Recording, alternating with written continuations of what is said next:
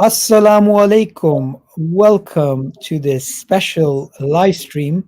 I'm sure everybody's very excited about this interview. It's been upcoming for a while now, and so we don't really need to do an introduction. If you have been involved in any discussions about Darwinism, evolution, creationism, and just generally issues about science and faith, you'll be familiar with the works of Bill Dembski. So welcome, Bill, to the channel, and it's great to have you. Great to be with you. Yes, finally. Finally, we got some time from you.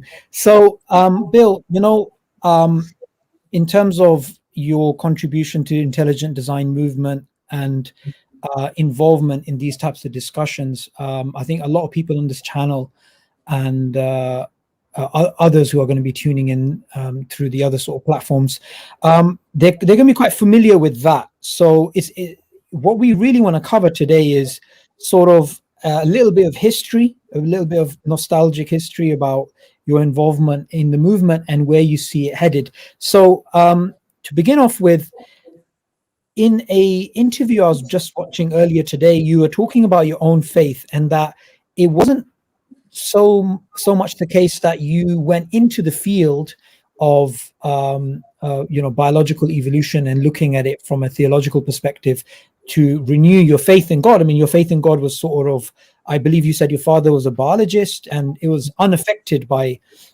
whether a particular model of evolution was true or not. But you went into it for a different purpose. Is that right? Yeah, I mean, just to back up a little bit, in Western culture, often there are nominal Christian connections. So you go through the motions, but you really don't live out the faith. And so that was my situation. And so I did have a conversion experience. Yes, my dad was a biologist and taught evolutionary biology occasionally. But during that time, I still believed in God, but there was a conversion which made it serious. Okay, and that happened when I was about 19.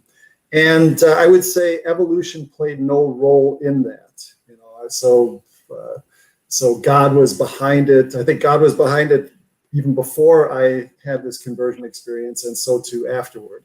So it wasn't really until about I don't know how long it was, half a year or so. But once you take your faith seriously, you begin to reflect how it makes sense of the rest of reality. And for me, that was the question of biological origins, especially origin of life, and then the subsequent history of life. Those became interesting questions for me. And, a reading of the book of Genesis suggests that, there was not a long evolutionary process, that there were these basic kinds that were created, and then if there were changes, it would have been within those kinds. So whereas with Darwin, there's this unlimited plasticity of organisms, monad to man, you can basically transform anything into anything else.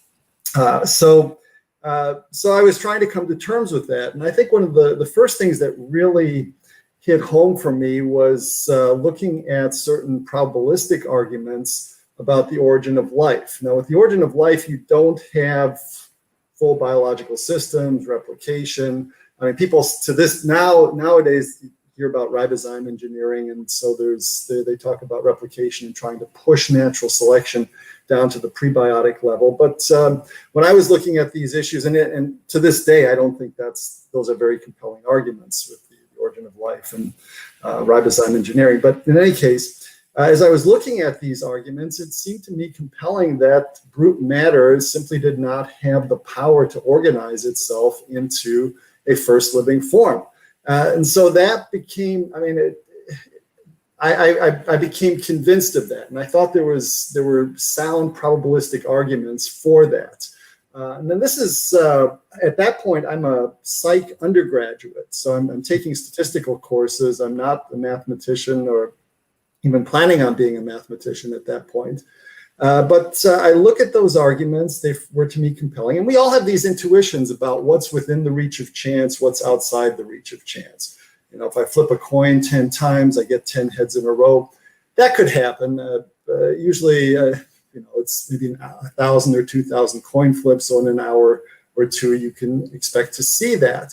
But 100 heads in a row of every human being were flipping coins and doing nothing but that in the history of life on Earth, you would not expect to see that. So we have these intuitions, and it seemed to me just the number of things, coincidences that had to come together at the origin of life. It just seemed on its face implausible in the extreme. Okay, and so I came to that conclusion. Now, once you doubt that there is a naturalistic or materialistic origin of life, you've got a gaping hole in biological evolution, because it needs that to get going. You know, I mean, if Darwin says, you know, I've got a naturalistic theory of life once it's here, but if you don't have an explanation of the origin of life, then you've got real serious problems. I mean, conceptually, you're bankrupt, really. Yep. So that was so. But then, as I started looking into things, now I'm an autodidact at this point. I'm reading things that are out there. There's a creationist literature that I'm dipping into. There are some arguments and probabilistic arguments there. There's a fellow named A.E. Wilder Smith, who I thought made some interesting information theoretic arguments, and I would say he was an inspiration for me. I don't think he ever really developed them rigorously, but I think he had some good intuitions. And so I'm just doing this. I'm moving from psychology into mathematics. And then after I get my PhD, I read Dawkins' Blind Watchmaker. And, you know, some books are just flat wrong, and they're uninterestingly wrong. Dawkins was interestingly wrong, because I think he saw what the pieces were, but he didn't, it seemed to me, put them together. So he had a notion of specification, and the idea that there's a pattern, and it's like, you know, highly improbable things happen all the time. I mean, if I flip a coin 100 times, 1,000 times, I will witness a highly improbable event. But it's when that event matches some sort of pattern. And what sort of pattern? Well, it has to be an independently given pattern. You know, in computer science, we talk about algorithmic information theory, and so compressibility, or it can be a compressible pattern. Often those are the types of patterns that come up. But when you have this match where you have a highly improbable event and then it matches an independently given pattern, that's when things start to get interesting. And so this was, Dawkins thought he could explain that by natural selection. But as you took apart his argument, especially when one of his key arguments was to look to evolutionary computing to try to argue that this made plausible biological evolution, and it was the exact opposite. Basically, he had smuggled in the information that he got out. And so this was a real revelation to me, that there was just a lot of chicanery, that things were not adding up. And in fact, I would say in my subsequent work on information theory for me became a kind of accounting theory. Information was something that you could track, you can see where it was inputted, and you couldn't get it for free. You know, just as you don't want to have fiat currencies where you can just create at will. I mean, even with our central banks, you have to take it out as debt. You can't simply, when people talk about printing money, that's really not what happens. There's a debt that has to be created, and so there are these information debts that I was finding. But Dawkins really got me going, and so with Dawkins and then my background in probability theory, I started writing and doing research in some areas that were at the intersection of philosophy and the foundations of probability theory. And so I returned to do a second doctorate in philosophy in 1989. That first year, I wrote two papers, one which essentially became the design inference, another which was published right away by very prestigious philosophy journal, News. It was called Randomness by Design. And I turned the problem of randomness on its head, really, because I think from a materialistic point of view, randomness is fundamental. Matter jostles around, and then information emerges out of that through the organization of that matter. But from my vantage as a theist, it seemed to me that design would be fundamental and that randomness would be a breaking of the patterns of design. So it flipped the problem, and as a consequence, I mean, I actually got quite a bit of good press with that. And I think if I had just left it there and had never gotten into intelligent design, but simply had worked in the foundations of probability theory, in that way I probably would be a professor at a decent school. I remember this one very prominent philosopher of physics saying it would be a real travesty or crime if I didn't get a good job. And as a consequence of that article, also I was invited to do the article on randomness in the Routledge Encyclopedia of Philosophy, which was the encyclopedia, came out in the late 90s. It was the successor to the old Edwards 8-volume. So anyway, I'm not trying to buff myself or something, but I think there are so many people on the other side. They try to portray us as just these nincompoops who have no clue about things. And to this day, I mean, you go to the Wikipedia article on me, and the editors there have to ensure that the words pseudoscience and creationism are there in the very first sentence. So there's so you feel that you're going uphill. But in any case, I wrote those two articles, or one which ended up I submitted it to Synthèse. It's got tended to they basically wanted revisions, and I ended up turning that into the design inference. But the other was published, and that article, Randomness by Design, got on the radar of Paul Nelson, and whom you've interviewed. And there's another article that I did more on mind-body issues that Steve Myers saw, and then independently they contacted each other and said, hey, we need a mathematician on our team, because they had a project that they wanted to do. And so that's what really brought me into that whole orb of what became Discovery Institute, Philip Johnson, Michael Behe, and that whole world. And so it was, I see it really as a matter of divine providence that God was moving in among various thinkers and scholars, and then bringing us together. So, so it's been a fruitful work. I think it was about a 10-year span there, especially as I took these ideas of design detection and then moved them into the information theoretic realm with Bob Marks. We had this evolutionary informatics lab.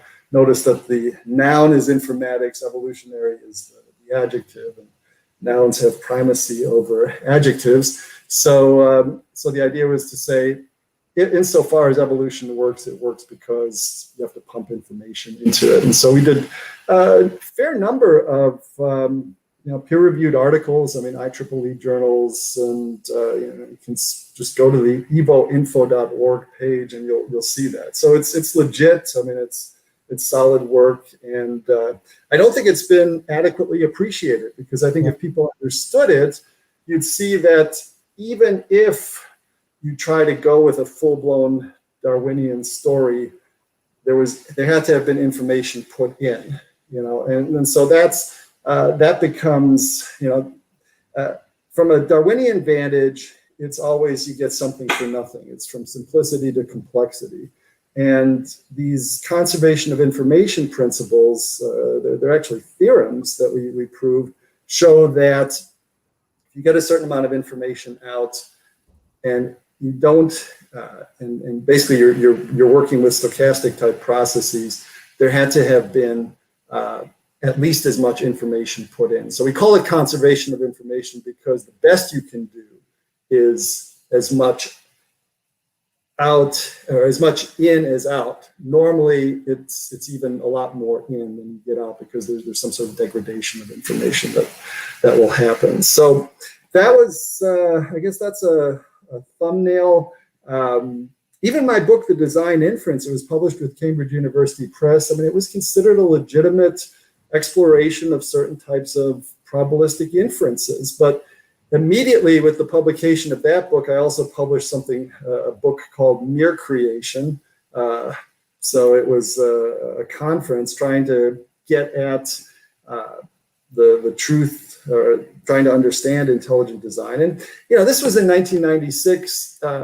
We were, I think, hammering out the vocabulary. Was it even going to be called intelligent design? Mere creation, it's like, just to give it that title, you're a creationist. Well, yes, I'm a creationist because I'm a believer in God, and I believe that God created the world. But insofar as I'm trying to do a scientific research program, a doctrine of creation is always a theological view. And, from a intelligent design is looking at patterns in nature, so finite material objects, how are they organized, and what does that organization tell us about a possible causal source? And that's a different sort of question, and you cannot infer to an infinite, personal, transcendent creator God of the Judeo-Christian, Muslim faith traditions. It's so I hold to. I'm a creationist on theological grounds, but it seems to me that my intelligent design views are very friendly to that creationist position.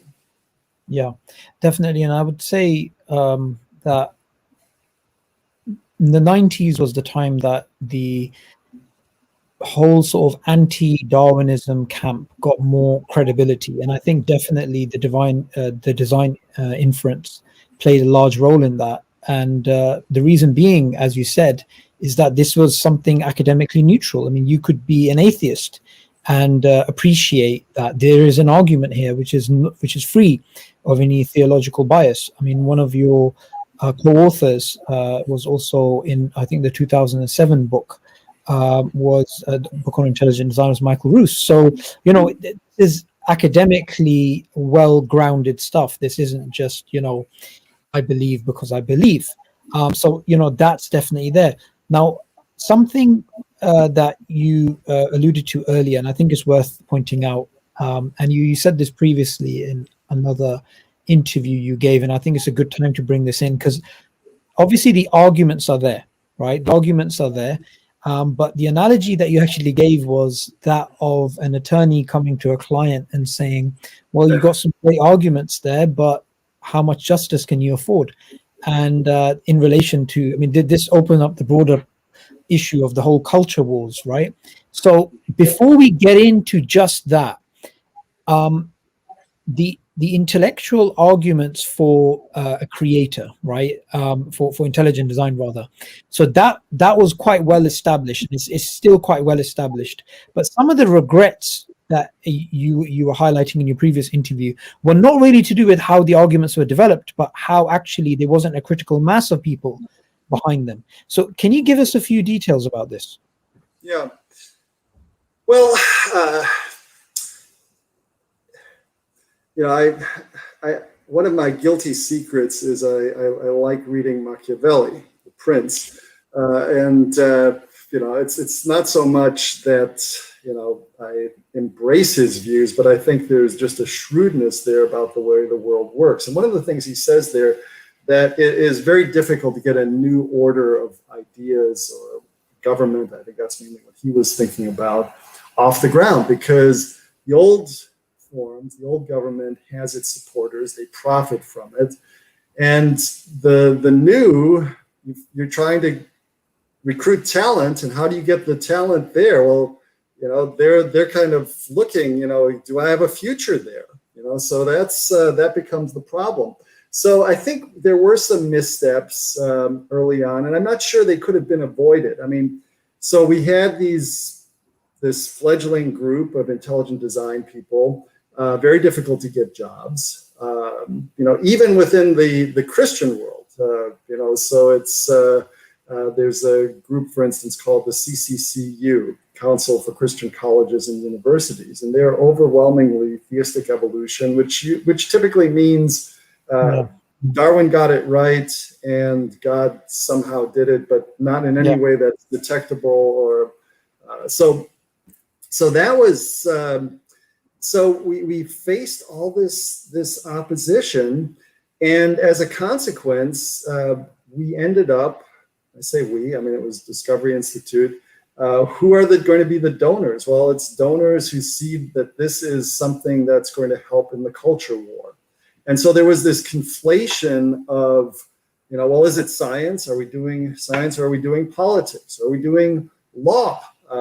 Philip Johnson, I mean, he was for a time the head of this movement. I mean, he really did organize it. He was quite an energy source behind it all. But he had a stroke in 2001, which largely sidelined him. I mean, he still wrote a few things, but he was never the same after that. And then he even had a subsequent stroke. But he was even trying to. I mean, there were moves to try to get intelligent design accepted in the courts, but where I think we ended up, so there was this whole political, legal, I think, maneuvering, and I think it hurt our credibility as a scientific program because are you doing science or are you doing the wedge strategy? And so. Yeah. So I was part of it. I think it was only when I saw that things really weren't working out, that this strategy wasn't working out, that I pulled back and reflected, and maybe I would be just much more pragmatic, if it had worked, hey, it worked, but I think it, as a result though, and the thing is, I experienced this even myself because I was teaching in Christian schools where these ideas were much more acceptable, not like a lot of the CCCU schools. But even there, I often had the sense that intelligent design was an instrumental good. It would help us, with the culture war, as opposed to here is an insight into the truth of nature. Let's do this because this is what we do as scientists. We try to understand the world as it is, not try to maneuver people into certain political or legal or cultural ways of thinking about things. Yeah. And so that's, I think, where we hurt ourselves. And, I think the case in point was this Kitzmiller v. Dover trial in 2005, where the judge ruled not just narrowly against this one intelligent design book. It wasn't even to be taught. It was just to be in the library, and students were to be informed that they could look at it. But then he ruled more generally against intelligent design. And, I think a lot of people had their fingers in the wind. And at that point, they said, hey, I don't think intelligent design can be a winner. And so and you can actually see this even by, if you go on Google Trends, you can see intelligent design. And there is this spike around 2005, and actually continues a bit into 2006, 2007 in the aftermath. And then it levels off. So this is, if you basically, Google Trends is just looking at the search trends for given terms.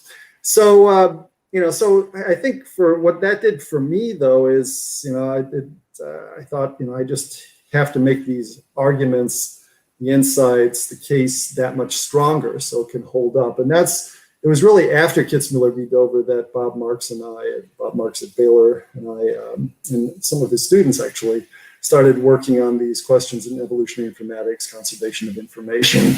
And I think others, Doug Axe, the Biologic Institute, I think there was also, I think, just a much greater clarity with Discovery Institute that, hey, we need to do the science as science.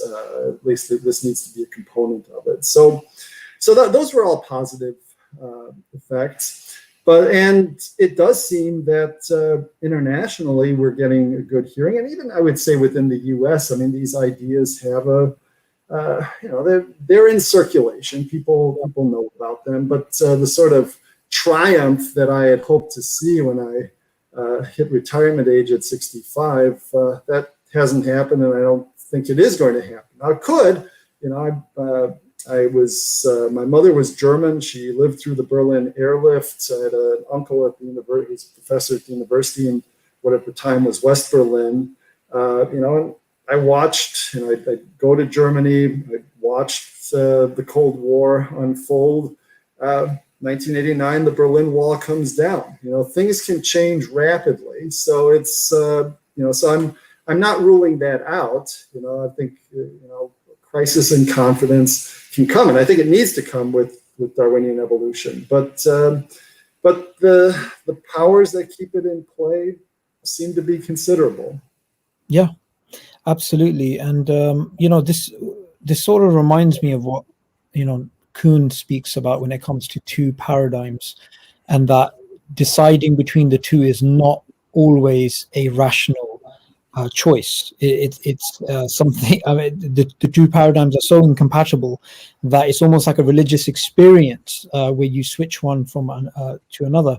And in terms of the whole culture war thing, I believe that, like you said, you can have these points of inflection. You can have like the Berlin Wall moment, but I think overall with intelligent design, um, it's become a even though it's not, like you said, on Google Trends and in terms of how it is in terms of its the sort of reception that it gets within intellectual circles, whenever these discussions come up, that's the one thing that Darwinists still cannot answer. I mean, even the arguments are still rock solid. The arguments are still valid. They're still being utilized. And also, I was thinking from a Muslim perspective that when you look at the textbooks within, say, Pakistan or Saudi Arabia, Iraq, they would basically have right at the beginning, it would say something like, Bismillah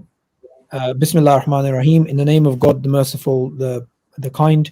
And then it would say God created everything. And then it would just be a cut and paste of basically Darwinian evolution. And it would be a complete sort of like a mismatch. I mean, Saudi Arabia, I don't think they do it at all. But in Pakistan, I saw this myself, that you do get this. So now that, because of obviously in the 90s and even the early 2000s, when intelligent design was at its sort of peak, these arguments were not being heard in the Muslim world. And I think, like within the Western world, there isn't that academic freedom to speak about God. It's almost like you've said something, completely ludicrous. However, within at least the Muslim world, even within academic circles, mentioning God is fine.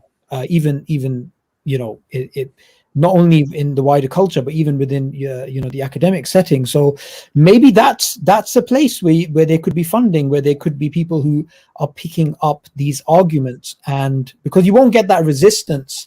I remember there was I think it was Jonathan Wells when I was interviewing him, and he couldn't get this paper put out in a prestigious journal, and that paper had nothing to do with intelligent design, but simply because they asked him, well, are you Jonathan Wells from the intelligent design movement? And they refused to publish it. So I think the arguments are there, they're solid. There's just different places in the world that they can germinate. Now, again, going back to how obviously in terms of the Dover case, we lost, but in a way it was a victory from the perspective, well, at least this is the way I saw it, that if our arguments were really that poor, then you should be happy to keep them, at least entertain them to some extent. But I do feel that there's this overreaction when it comes to the use of intelligent design, and people start to see that. I'm not talking about the hardcore Darwinists. I'm saying the people, watching on the sidelines, they can see that actually this argument hasn't been answered and these rebuttals haven't been addressed. So from that perspective, at least, I would say that there's a lot more optimism. That, I mean, I'm a lot more. I mean, I'm not saying you're not optimistic, but I mean, I see a lot of areas where we can really make some progress. Oh yeah, I mean, I think certainly we need to keep these arguments, the ideas, the evidence moving, and and as you say, I mean, people on the sidelines, but the people on the sidelines, they still have to be in a stadium. There still has to be a game. There still has to be an opposition, and often, it's not so much even whether there's a level playing field. It's just there's only one team on the field, and it's Team Darwin. And if there's only a Team Darwin, then those on the sidelines don't see the alternative. But I mean, that was often the most gratifying part of my speaking at colleges and universities is, there would be the hardcore people on the other side. They were not to be convinced. There were the hardcore people on my side, they were not going to be swayed by the Darwinists, but then you had the people on the sidelines, and it would be gratifying to me to hear something like, hey, there's more to this than I thought. I need to reflect on this. I need to do some reading. That sort of reaction, it seemed to me, that was a victory. But the fact is that to this day, our forces are still quite thin on the ground. It's often I would find one faculty member in a department who was sympathetic to, or who would identify him or herself as sympathetic to intelligent design if I spoke at a college or university. But it was maybe there were more, but who were just keeping silent. But it does require getting out there and saying something. Being vocal, and that's a challenge because I don't know how the university system functions in the Middle East, but in the United States, if you have a junior faculty member, somebody who's hired as an assistant professor, they don't get tenure right off the bat, so their job is insecure. Then they have to start voting and doing administrative duties in the department. So they will vote, let's say, on an upcoming candidate. And what happens if that candidate is pro-intelligent design? Do they say, hey, this person should be fairly considered? What happens if a senior faculty member says, hey, this guy's ID, let's just, forget about him? Do you say anything? Well, play it close to the vest and say nothing. But at what point do these compromises lead to the place where you're useless, for advancing these ideas? Yeah, I think that's a very good point. A friend of mine traveled from a Muslim country to go to study in America, and he's very much influenced by the whole intelligent design paradigm. And I wanted him to do some stuff, publicly on this. Even though he traveled from a country which doesn't really have freedom of speech and these other things, which are supposed to be enshrined within the Constitution, even though he's in America, he's like, look, I'm not going to go public because this is going to affect me. So first I want to establish myself within academia. I want to put out some papers, then I'll come out as ID. And I was thinking, okay, yeah, I mean, fine. But by then it's kind of like, well, if you eventually go and you establish yourself, you put out all these papers, but then you say your ID, you aren't really changing the culture. You'll just still be sidelined. So in a way, it's kind of like a losing battle. I mean, it's an interesting point because I mean, it's advice. I mean, I think I've seen Michael Behe give that advice to people. Hey, keep a low profile, get tenure, and it makes sense because I mean, it is career suicide in many departments if you go public with intelligent design. At the same time, though, if you don't go public, and you keep hiding your views, at what point do you just say, well, it's just easier, okay, I've got tenure, but I want to be full professor. Okay, I'm full professor, but I want to be a distinguished full professor. Yeah. So it's at what point do you say, okay, I'm coming out of the closet? And I'm not sure offhand that I can think of anybody who has. I mean, I know of senior people who have, as it were, come out in favor of intelligent design because they had a change where their thinking shifted and they said, hey, there really is something there. I mean, Thomas Nagel, for instance, philosopher at NYU, I think comes to mind. There's a paleontologist, Günter Beckley, from Germany, who comes to mind. And they've I know Günter certainly has paid a cost, for that. But somebody who's just this kind of sleeper cell, they're going to go in there, be for intelligent design, and then they're going to come out. I'm not sure I know of a case like that. It may come to me, or somebody may email me and say, hey, that was me. But often it seems that it just gets more comfortable just to go along with the flow. And there's always other research that you can do that's that's going to get you rewarded. That's not going to, and even if the research could be in some loose way pro-intelligent design, maybe even in a tight way pro-intelligent design, but you don't have to say it, right? I mean, it's kind of the flip side is where the you mentioned the Pakistani textbooks. You give God the praise, and then and now we're just going to do the secular atheistic biology, And so in this case, it's you're going to you're going to do intelligent design work, but you're going to say, well, isn't it remarkable what evolutionary processes can do? And then not mention that you're really talking about some sort of teleology and that it's not a Darwinian form. So it's I see these ritualistic obeisances to evolution all over the place. Where they'll say evolution did this, and you look at it, and it's like this is intelligent design. This is certainly not a Darwinian form of evolution, but so it is. Yeah, that's definitely something to think about. In terms of this new. Well, not new, it's been around for a few years now, but some of the obvious problems which Darwinism can't solve, which some evolutionary theorists are now trying to, put forward: natural genetic engineering, neo-Lamarckism, neo-mutationism, all these types of things. Do you see any of these helping the intelligent design narrative by at least being a sort of having an instrumental value by showing that, okay, there are alternatives, there is gaps, obviously, and we've been told that there aren't any gaps, but at least this is happening now?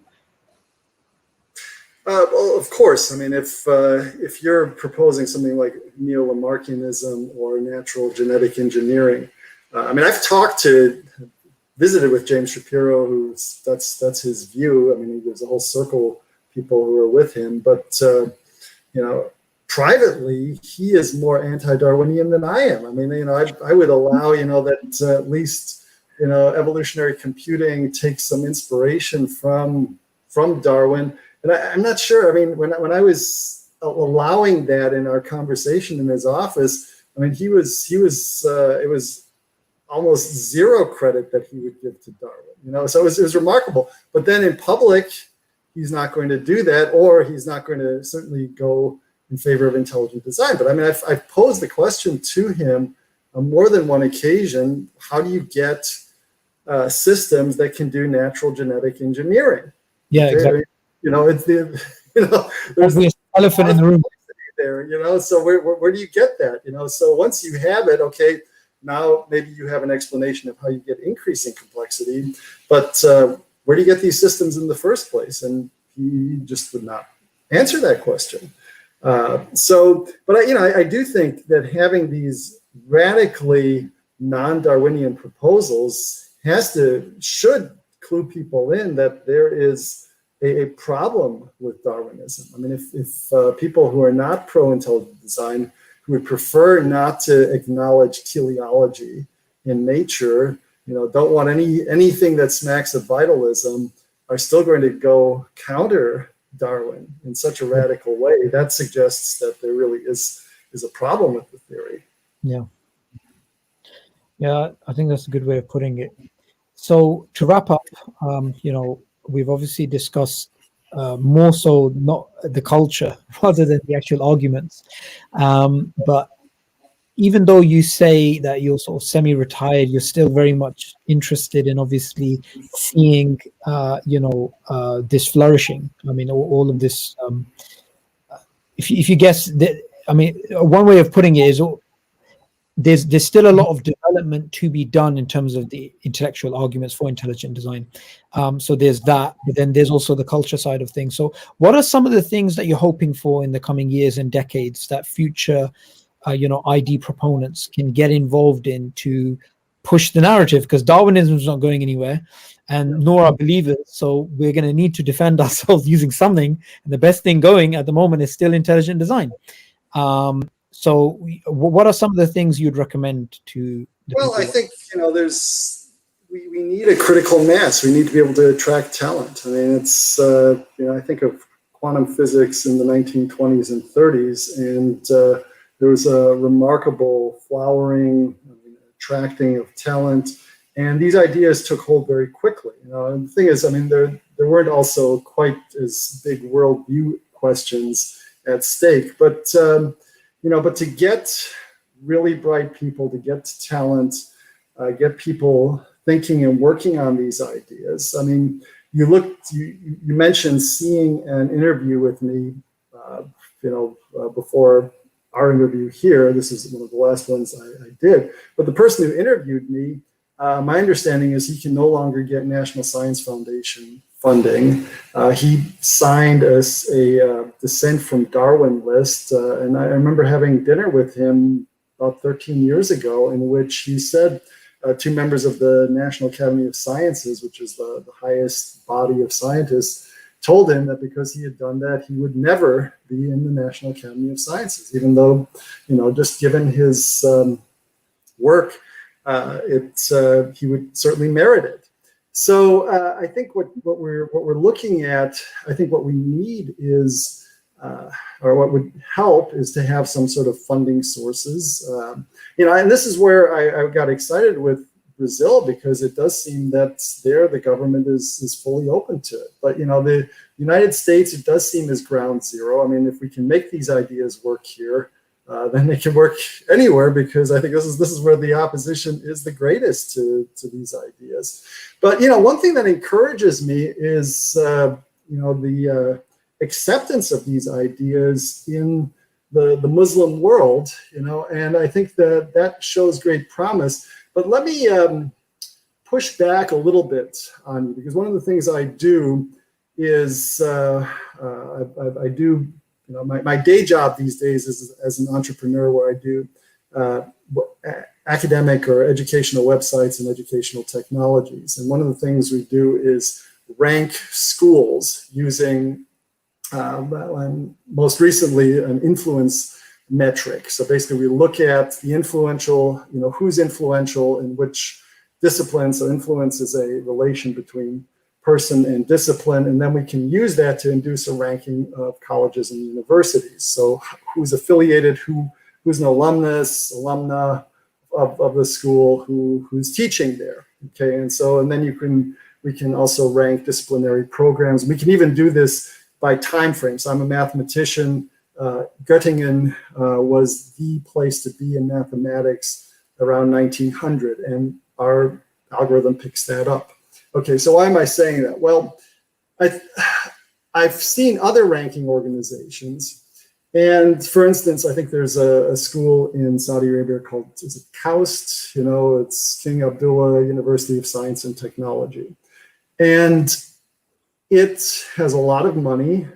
But I think one of the reasons it has risen so much in the rankings is that basically they hire a bunch of Westerners to come there for a few weeks at a time, and then they basically get to claim their influence scores, their publications, their H indexes, and then see, we've got a school. But that does not make for a culture of learning and tradition that is going to really move things. And what I would encourage you, and this is where I was saying I would push, and I hope your viewers, some of them will get the sense that, hey, it's not enough for for us to cheer on Bill Dembski. We need to do our own work. We need to set up our own research work, and try to advance these ideas and do it in a way, So I think there'd be a place for my colleagues and me, and as it were, to serve as some inspiration. But ultimately, it would be great to see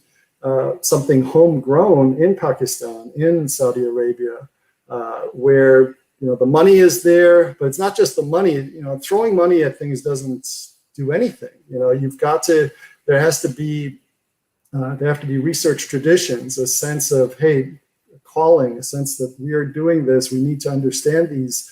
And where does this field need to be moved forward?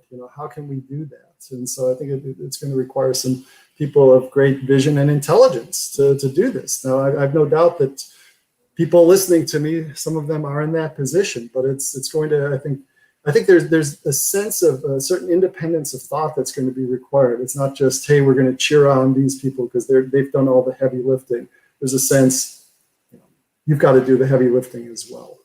Yeah, you're spot on. You've hit the nail on the head. That's one of the things that is a elephant in the room, because I've seen in the Arab world, in the Middle East, in Southeast Asia, in Africa, people are obviously very much interested in cheering on the Discovery Institute and reading the publications, and there's a lot of nostalgia about the 90s and the early 2000s as well, and what was achieved. Even more recent proponents like Douglas Axe, and he's making some really well, he's got a lot of fans in the Muslim world. But like you said, that's just a beginner's sort of phase, because that inspiration now needs to be translated into effective publications, indigenous from the Muslim world, developing and building upon the great arguments which you guys have been working on for decades. So yeah, I mean, it's a great point. Good. Well, I hope somebody gets inspired and does it. Yeah, there's plenty of people on this channel who I'm sure are really going to take that home. I mean, there are people who are, I know, like the friend I mentioned, and there are others who are definitely thinking along these lines, but there's not enough of them. Like you said, there's not a critical mass yet. So thank you, Bill, for your time. I really want to do this again when you have time. I know you're busy, but I think everybody's been inspired by you coming. I've been watching the comments. I think it got cancelled a few times, so now it's finally here, and a lot more people are going to be watching afterwards. So Bill, any last link where people can find more about what you're up to nowadays? Like you don't be on social media. I don't see you on any social media platform. No, I have a blog, BillDembski.com, and so I put things there. But I usually, I find that social media just distracts me. I like to write sustained things, and then I've got a business, so I've got I need to earn money for the family and everything. So it's so that keeps me busy, but. Yeah, so no, you're not going to find me very much on Facebook or anything like that. But Sabur, thank you very much for having me, and let's don't hesitate. I mean, I think people probably have had enough of me for the moment, but let's maybe in the fall, for New Year. So good. Thank you. Right. Thanks for your time, Bill. Anybody watching this, please do share this with your friends and family. It's a long time coming. I enjoyed it. I was honored to have Bill joining us. And again, like you mentioned, sometime soon in the future. Thank you, Bill. For everybody watching, Assalamu alaikum wa rahmatullahi